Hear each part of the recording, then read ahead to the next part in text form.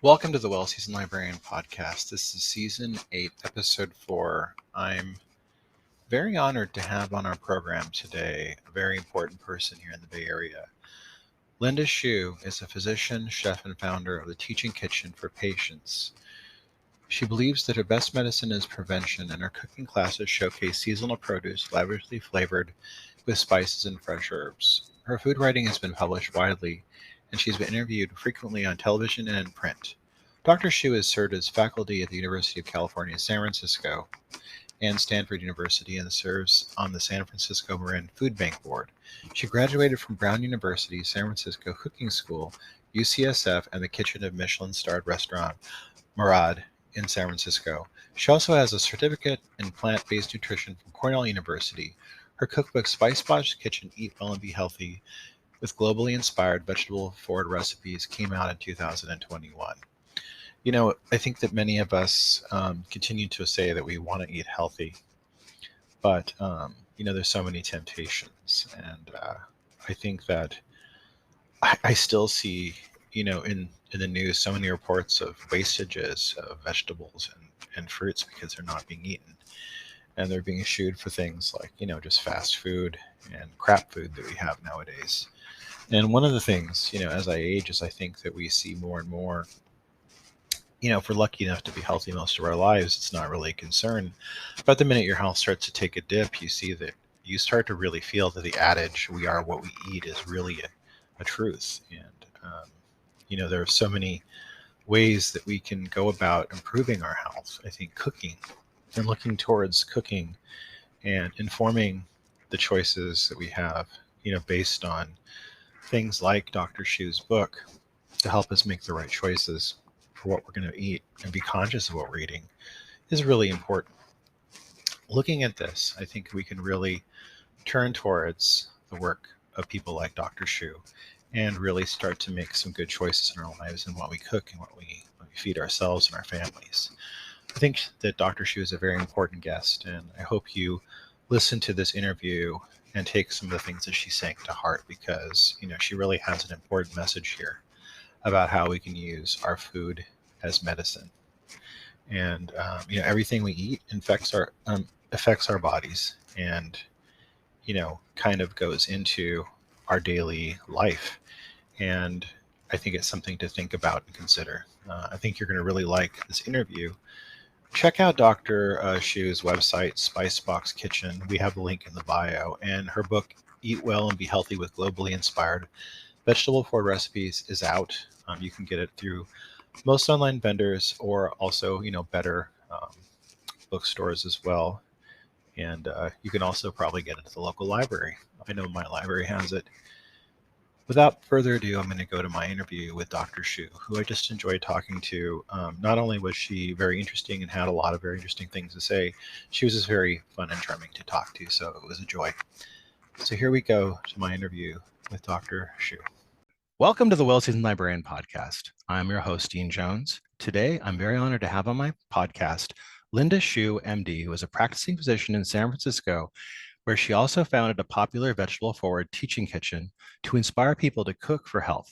Her book, Spicebox Kitchen, Eat Well and Be Healthy, with globally inspired vegetable-forward recipes, came out in 2021 and is a Nautilus Book Award Gold winner for food, cooking, and healthy eating, and is a finalist for the IACP Cookbook Award for Health Nutrition. Linda, I want to thank you for being on the podcast. Thanks so much for having me, Dean. Now, Linda, you mentioned in your bio that you began cooking when you took your first cooking class at 7. Where did cooking begin for you? I think cooking actually began with a love of eating, which I was born with. I like to say I was born with a tasting spoon in my mouth. So I always, hung out with my mom in the kitchen, just when she cooked mainly, Taiwanese recipes. That's where my parents are from, Taiwan. But I just really loved tasting actually and eating and being part of the process. And the cooking lesson came as part of just a summer program that my babysitter at the time enrolled me in, which is actually about French language and culture. But of course, the culture in France is largely centered around cooking. So that was a big part of that as well, which is a bonus. What out of that program did you like cooking? What did you remember? What is your first memories of cooking, and what are the things that you really enjoyed about it? I truly still remember making quiche. And I think what we made a quiche Lorraine, which, at this point, I don't actually eat much, meat. And so I make more vegetable filled quiches now, but I actually use pretty much the same recipe, I think, as I learned when I was 7. And I remember we made, a grated carrot salad as well. And so maybe that was sort of a foreshadowing of all the vegetables that I would be making now. That sounds wonderful. My first cookbook was a French-inspired cookbook too, and I Oh, just really loved that food from an early age. yeah. You studied anthropology and medicine at Brown University with fieldwork in rural Sichuan, China, and in Singapore. You continued your medical training at the University of California, San Francisco, and learned about plant-based nutrition at Cornell University. Can you talk about us with your work in academia and what you enjoyed about working with anthropology specifically? Yeah, I really think that my education at Brown was formative. That combined with my early love of food and cooking. And the reason I say that is that I was actually enrolled in an 8-year medical program at Brown, which meant that I actually never applied to medical school. I was accepted to that program from high school. And Wow. I have the distinction of never having had to take the MCATs, which is a very big barrier for a lot of people. Those are the medical school entrance exams, which are Wow. really tough. And so what that did for me is that it really liberated me. It took a lot of pressure off of me, even though I knew I wanted to go into medicine, that I didn't have to spend my whole undergraduate education focused on getting in, which is true for most pre-meds. Yeah. And so basically I was given, the ability to study what I wanted. And what I wanted and what I loved was learning about people and learning about other cultures. And so I was able to study abroad, which many pre-meds can't do. They just can't afford that time. Yeah. Um, and it gave me this perspective of truly like learning how to talk to people and learning how to learn from people. And I think that's been really important, both in how I've learned recipes from other cultures, how I've learned to teach other people about cooking, and also, of course, in my work as a doctor. What led you to study plant-based nutrition at Cornell University? So this is back in 2016, which is the year I took what I like to call my self-funded sabbatical from my previous medical practice, because at that point I had already been teaching cooking classes to patients in the community for a few years, and I wanted to get kind of more a deeper dive into both the nutrition part of it and in how to teach. So in 2016, I went to San Francisco Cooking School, where I did their professional course in culinary. Sorry, let me say that again. In 2016, I went to San Francisco Cooking School, where I took their culinary program. I'd say that one more time. No, we can edit anything, so don't worry about it. It's so interesting how there's so many words. Yeah. In 2016, I went to San Francisco Cooking School, where I completed their professional culinary program. And around the same time, maybe a little before or after, I did Cornell's online program in plant-based nutrition, because I wanted to get that knowledge as well. At that point, I had already started to focus not exclusively, but more so on vegetable cooking, because through what I had begun to learn, that was not only something that was really crucial to most people's health, and that I knew most people didn't eat enough fiber and enough vegetables. But from a culinary perspective, I also understood from my cooking class experiences, as a teacher, that a lot of people who didn't like vegetables just really didn't know how to prepare them in delicious ways. What you're saying for me is in line with many guests we've had, and I've talked to many people on the show who work with programs to educate young people about vegetables and stuff like that. And just with all my own kids, most of my kids don't really know about most vegetables. It seems I feel like they're more in tune with McNuggets and things like that, Right, French right. fries, and like I find that most of my kids didn't really ever know until they saw me cooking. They're like, what's that? And they didn't know what leeks were. They Uh-huh. didn't know what kohlrabi was. They've never seen beets before. Yeah. And as somebody who's a nutritionist, you must see the benefits of all these vegetables and how they affect us. Do you think that the American diet is really kind of bankrupt of these things?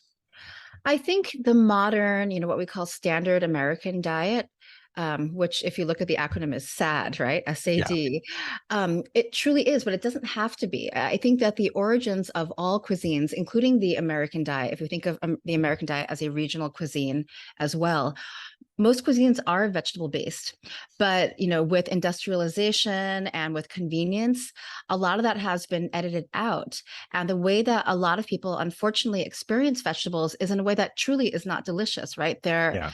They're overcooked, they're bland, they don't have texture, they don't have flavor. And so people who may not come from families where vegetables are prized in their kind of whole natural form, can't see why vegetables should be part of their diet.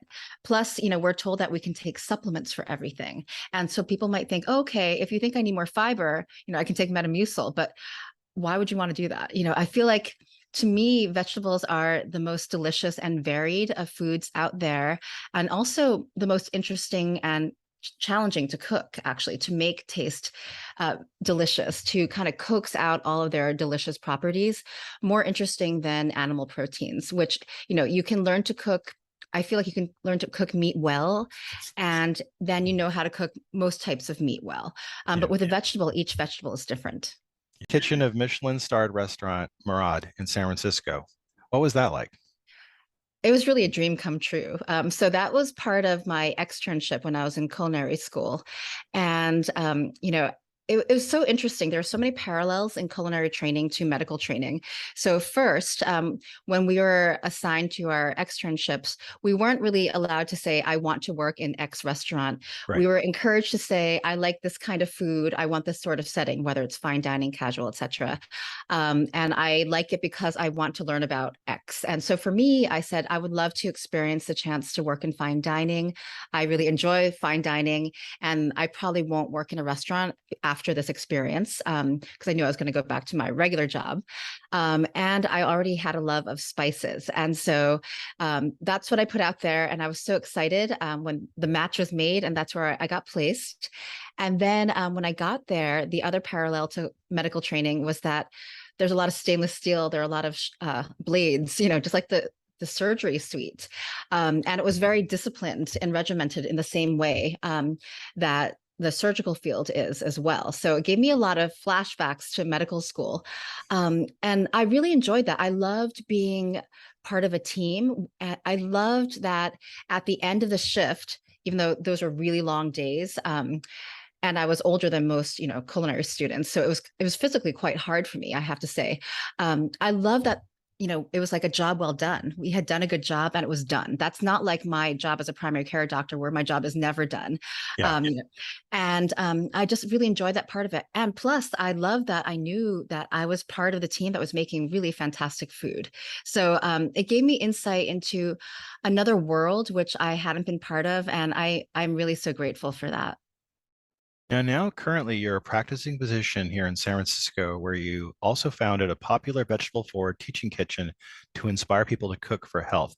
Can you talk a little bit about that? Yeah, so this goes back to before I even took that sabbatical. So in 2012, I went to a continuing medical education conference called Healthy Kitchens, Healthy Lives, which is co-sponsored by the Harvard School of Public Health and the Culinary Institute of America in St. Helena. Oh, wow. And it's a course where they review all of the nutrition science. So that part comes from Harvard. And there are experiential kitchen sessions, both demos and live hands-on classes where you learn from the CIA chefs.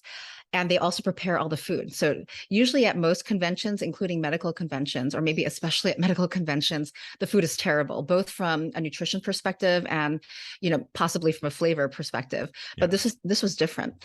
And it was truly, boom, a light bulb moment for me. Like literally, I went there, and after it, I realized, like, this is what I want to do. So less than a week after that conference, I taught my first cooking class to patients.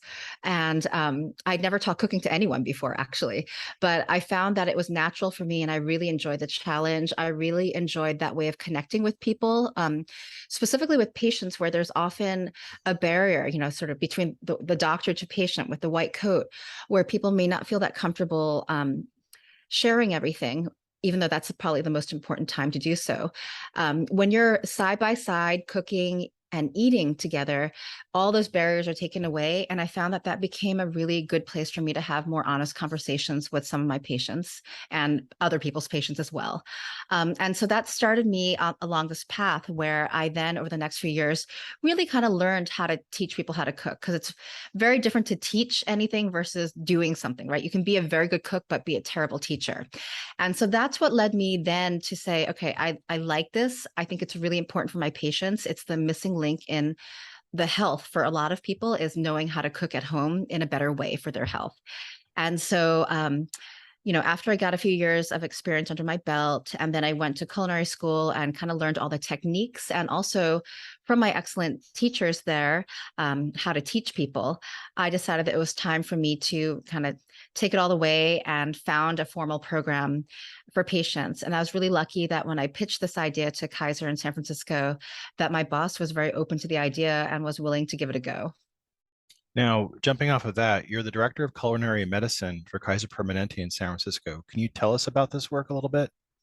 Yeah, so I still mainly, for the most of my job, take care of patients in primary care. But I also teach classes once or twice a month to patients, as well as to staff and my physician colleagues, on basically what I've been teaching since 2012: how to make home cooking delicious, how to make it simple enough to integrate into the same busy schedule that I have, as many people have, and how to really enjoy eating vegetables.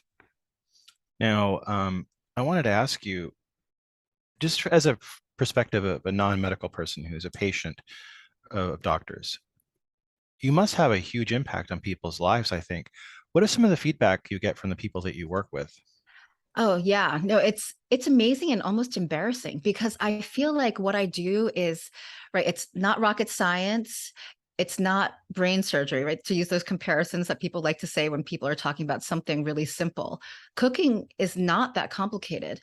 And yet, I truly and sincerely believe that it has the most impact when I teach patients how to cook than anything else I do as a doctor. And, I didn't go to medical school to do this. And yet, I think I have the most power. So the feedback I get from patients is stuff like, "You've changed my life. Yeah. I am finally able to lose the weight I've been trying to lose for all these years. I finally have my diabetes under control. I got to go off one of my blood pressure medications," things like that. And it's like really heartfelt. To be honest, most of the feedback that I think people give to doctors, probably specifically, but also feedback in general, tends to be negative feedback, right? People are Yeah. moved to write something when they want to complain when something didn't go right, or where they didn't feel like something went right.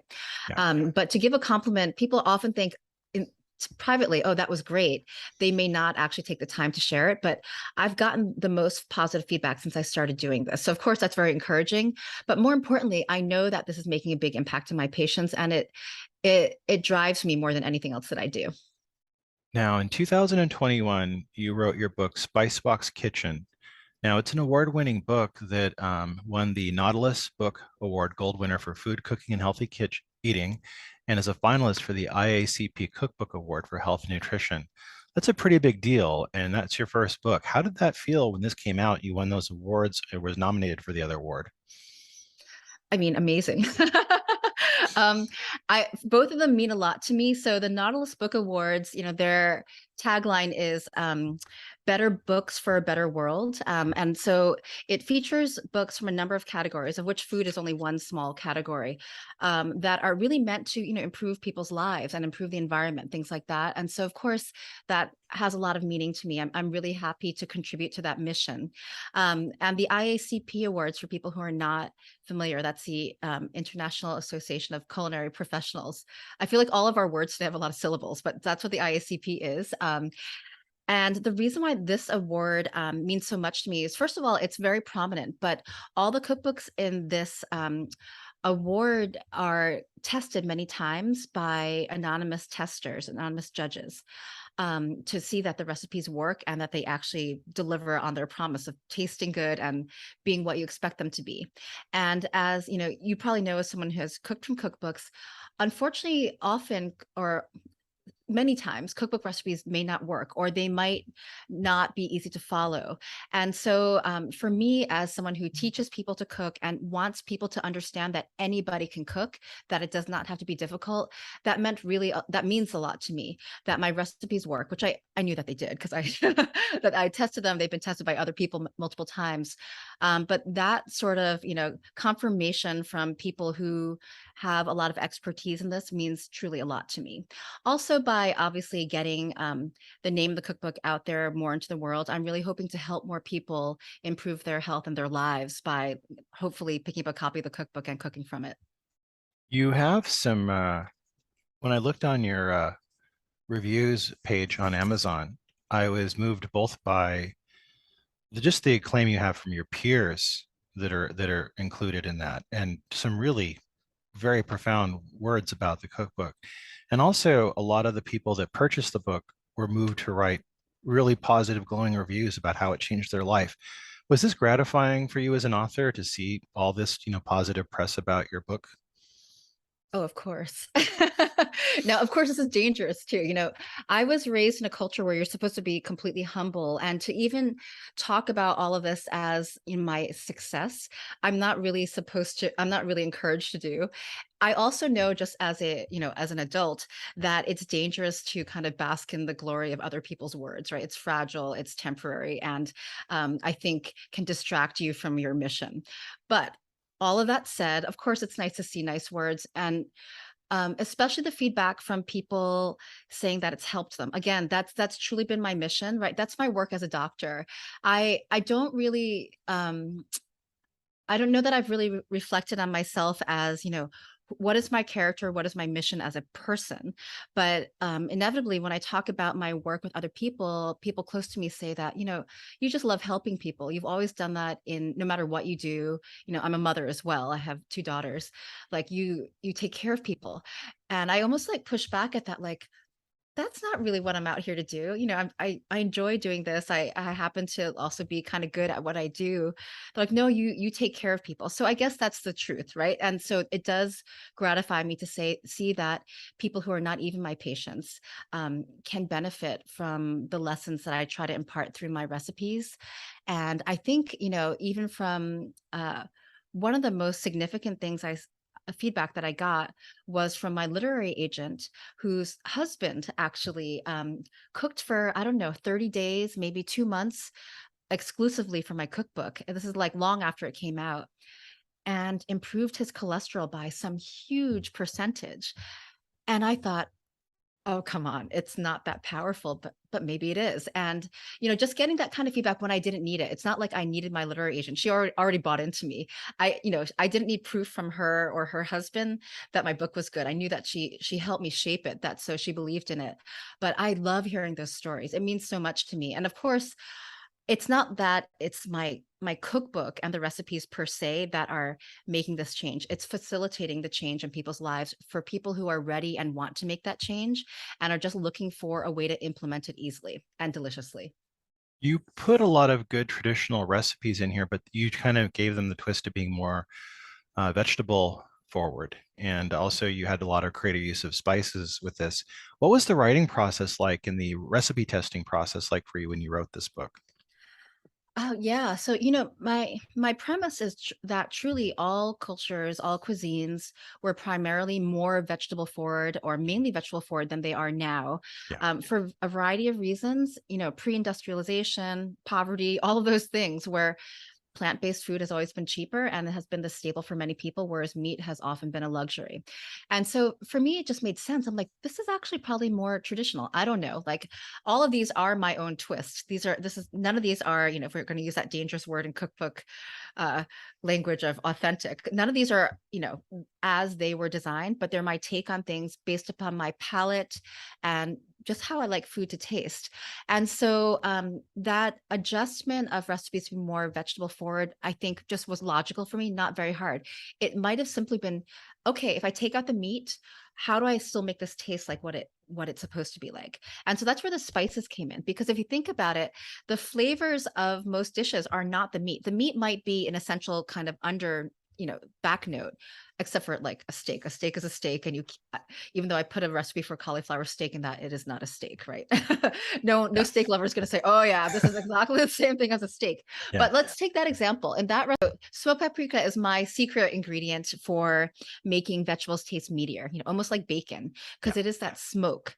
And so it's little things like that. Thinking about what is the flavor that is not meat that makes us taste like a certain dish. How do we then substitute using a spice or some other ingredient to make it taste that way? So another example might be seafood. So you want something to taste like seafood or like fish, even though the recipe does include some fish and other seafood based recipes. Um, if you're someone who wants to eat completely plant-based, then you can sometimes substitute kelp or kelp powder, right? So sea vegetables take on that brininess, that umami that we are looking for in seafood. Again, it's not going to taste just like fish or like shellfish, but it will give you that idea. So that is my very simple process, distilling it to actually the flavor and using spices and other ingredients from the plant world that can kind of recreate that flavor.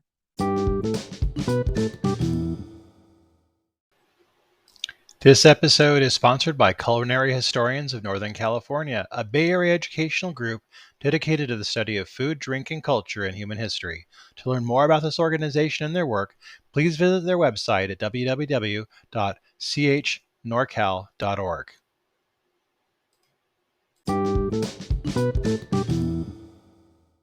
Now, your book has recipes that can help people, address issues like inflammation and diabetes. And I think I've heard you quoted saying that you like to think about cooking as preventative medicine. Can you Mhm. expound on that a little bit? Oh yeah. So, as my license as a doctor allows me to write for any prescription for any medication all the time, and I don't like to. I, Another way to look at this is if you look at prevention as the best medicine, just that line itself, Yeah.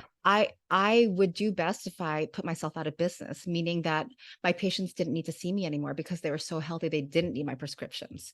And so how do we get there? Well, food is a very big part of that. People eat usually 3 times a day. And so each time they're making that decision of what do I put in my mouth, it has a huge impact on what's going to happen to their health. Whether you're eating completely plant-based, whether you're an omnivore, whatever you're doing, each time you put something in your mouth, you're making a decision that impacts your health. And so that's why I think what I do is so powerful. That, of course, has to be put into the context of you also do need to, incorporate movement and exercise. You should moderate your stress. You need to sleep more. I need to sleep more. That's my weakness. Um, all those things are really important to do. But food, because it's such a frequent part of choices that we make in our daily lives, truly has a big impact. And in terms of why prevention is the best medicine, preventing disease is much easier than treating disease. Once certain things have gotten, out of the gate, it's actually really hard to get under control. Not impossible, but if I can start early with someone, either before they have an illness or when they're in their earlier stages of a chronic illness, I can help a lot more. Now, spices are important in your cookbook. And as you mentioned with your secret ingredient, smoked paprika, can we talk about how spices were integral to this cookbook and your cooking? Yeah, initially when I started my proposal for this cookbook, I didn't know that I'd be focusing entirely on spices. It was more that it was going to be kind of an international cookbook. And then it became, sort of like, how do I get a theme in this cookbook? And when I looked at it kind of from far away, I'm like, oh, it's actually really about what are the flavors in all these different regions that, I love the food from. And, what actually also might be a way to impart some health benefit aside from those ingredients, and it was spices. So spices were the first medicines before we had pharmaceuticals. A lot of pharmaceuticals are actually derived from spices and other plants. And more important than anything, they taste good. So it's kind of a win-win. It's a way of bringing food from many different cultures very inexpensively and simply into people's kitchens. And it that goes back to the traveler and the anthropologist in me. And they also have health benefits. Now, Hatchet Publishing Group did a really great job with the cookbook. It had a really great visual look to it. How did it feel for you when you got to open it for the first time and look at the first galley proofs? Oh, it was amazing. It was amazing. And, I really want to give a shout out to my photography team as well, because they did a fantastic job with me. And this was the first book for all three of us. So my Oh, wow. photographers, yeah, my first, I know it's amazing, right? You would not know that. No, no, it's a great for people that haven't seen it yet, and you will. It's a really beautiful book. It looks really great. Everything really pops in it. Go ahead. Sorry. Oh yeah. So Michelle came in is my photographer, and she was amazing. I feel like when you look at her photos, they're alive, right? It's like you can see like the movement behind them. You can almost see like smell the aromas from her photos. When I first saw her photography website, I knew she was the one. And I was introduced to her by the food stylist who worked with me, Haley Hazel, who was actually one of my culinary school classmates. So Haley's background actually was as a graphic designer before she went to culinary school. And then she became a food stylist and food photographer, actually mainly a food stylist. And I knew from that work, as well as having worked alongside her in culinary school, that we worked in a similar way and that we would get along really well, which was really crucial to the process of doing all the photo shoot for this project. And so all that is to say that Michelle and Haley are amazing, and I hope that other people will look at that and hire them because they're fantastic. And yeah, seeing the galley for the first time, it was just like, maybe it's like equivalent to seeing the ultrasound of your baby when you're pregnant. It's like, it's really there. It's really real. And oh my gosh, it's so beautiful. It's even better than I ever dared dream. Yeah, it's just they did such a good job. I really like their cookbooks anyway, but the Hatchet did a just amazing job on that. It was all around just I really like the title too, because I when you look at the cover, there's something that arrests your attention and kind of grabs you. And from the cover to the interior and looking at the recipes, the way it's written, and looking at the photographs, it's a winning cookbook all the way around. Thank you so much. Now, can we talk about some of your influences as a food writer and cookbook author? Who are some of the people that you like to read, some of the cookbooks that you have on your shelf? I am so sad that I never got to meet Anthony Bourdain. So Yeah, I own everything he's written, and I reread everything he's written, and I watch all of his shows over and over. And it's really such a tragedy that he's no longer with us. I think, despite the fact that he's so different from me, he's this tall white man who's kind of rough, but probably inside actually quite similar to me, sensitive and yeah, quiet. Um, he's an explorer, and he loved a lot of the same. I would have loved to have traveled with him, beyond even yeah. having, I wish I had met him. I wish I could have traveled with him. I think we'd have been great travel companions. He's probably my number one. And then, for people who are still with us, I definitely have to give a shout out to Francis Lamb, whose writing is beautiful and lyrical. And I'm really looking forward to his book that's coming out this year or next year. Um, he's important not just because I love his writing. He's truly, one of my favorite food writers.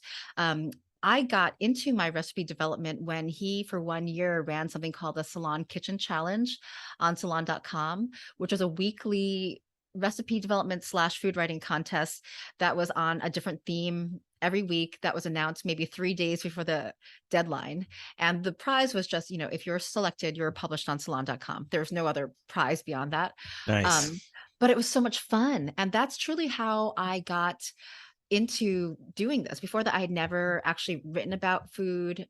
I had never written a recipe. It just seemed like it wasn't something I had thought about doing.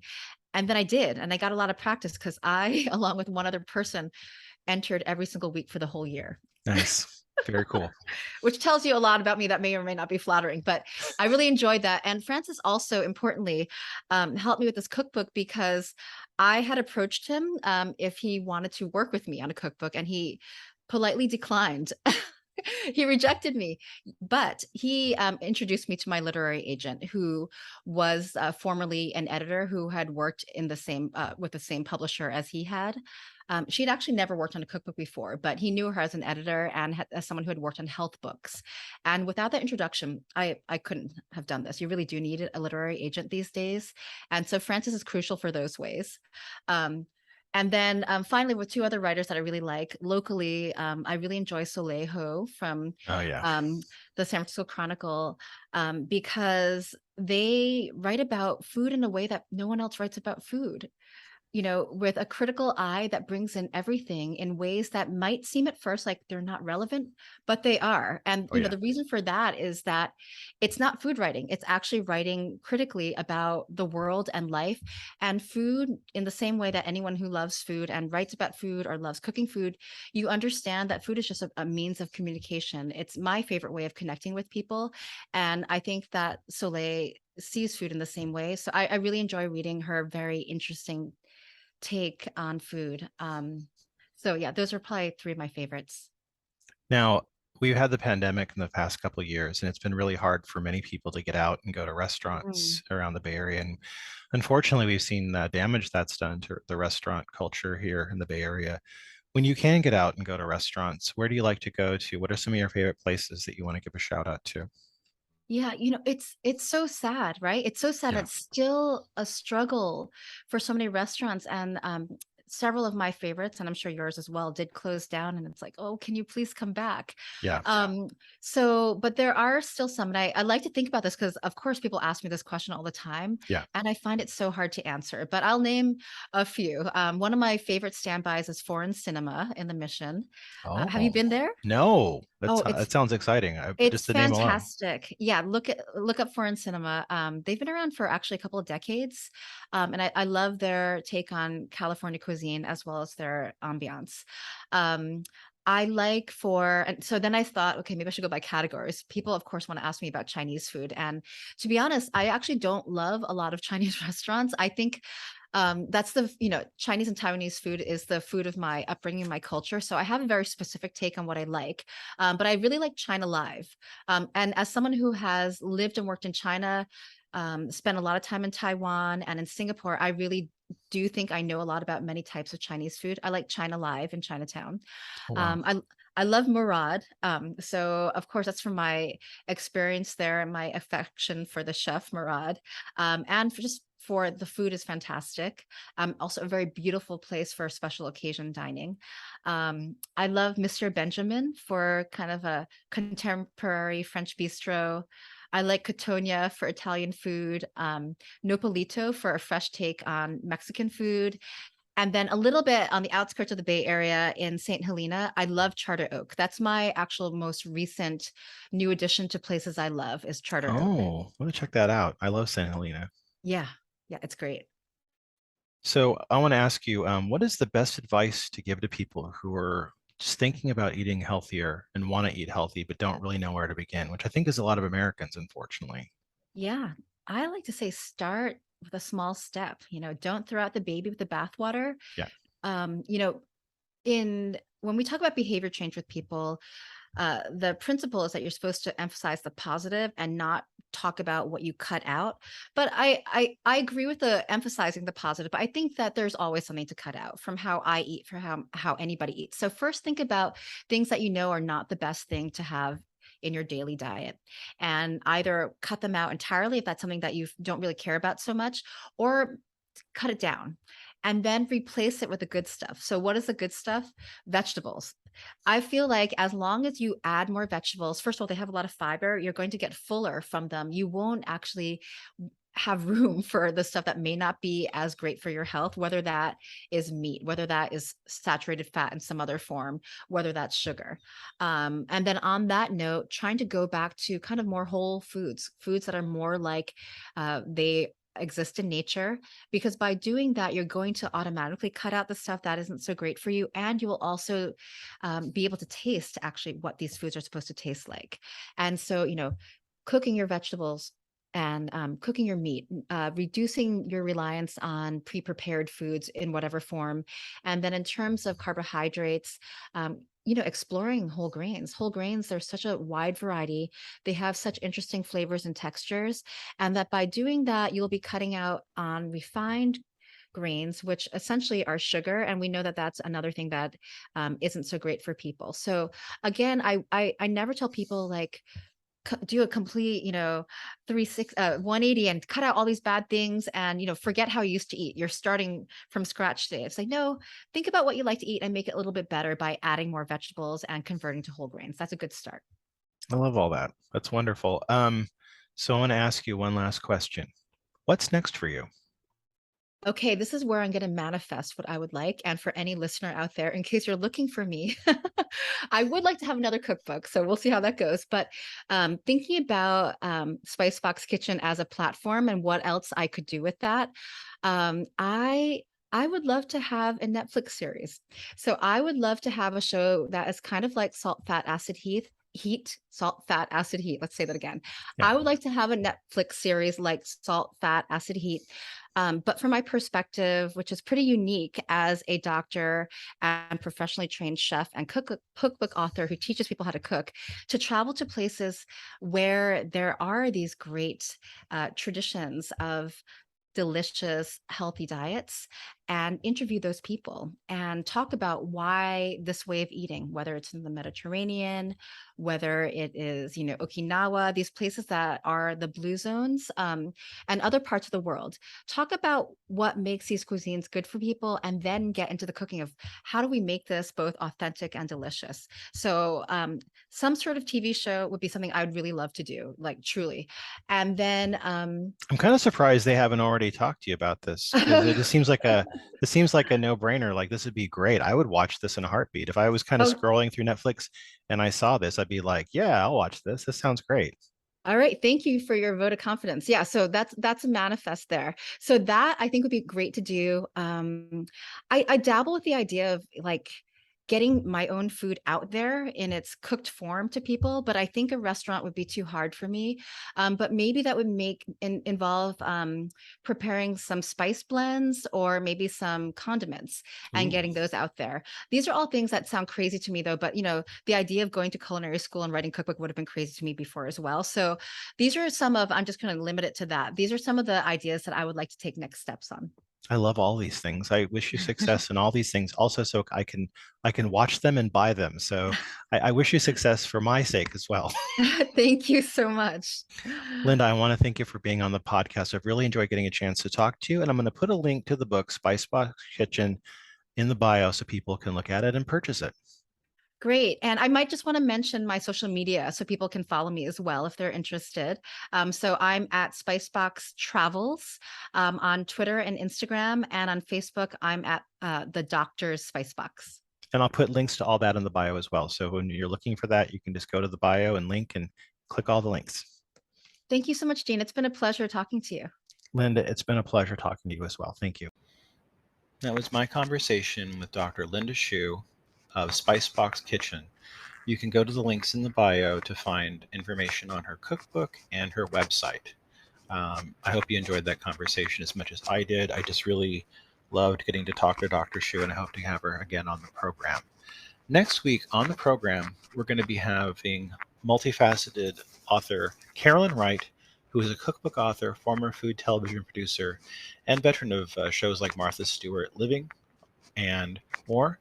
Her recipes and articles appear regularly online and in national lifestyle publications, including Bon Appetit, Food and Wine, Food Network, Every Day with Rachel Ray, The Kitchen, and Food 52. And she has many cookbooks such as Soup Club and 1, 2, 3, 4 Cake and Cookie Truck. So she's a great author. I really had a great time talking with her, and I look forward to having you listen to that conversation. I hope you all have a really great week. If you choose to share episodes of my podcast with others on social media, I would really appreciate that. We also have a little link in the bio where you can leave a tip for buy me a cup of coffee or a pint. It's up to you. Also, we want to give a big shout out and thank you to Asian Man Records for letting us use the song Talk About Love in our intro and outro. You can go to the link in the bio to Asian Man Records and look up bands such as Kitty Cat Fan Club, our intro and outro song is by, or also other bands that they host on the website. And you look up other bands' information, and you could buy t-shirts and discs and LPs and bumper stickers on that website. So we're very appreciative of them as well. Hope you all have a really great week and keep on cooking. getting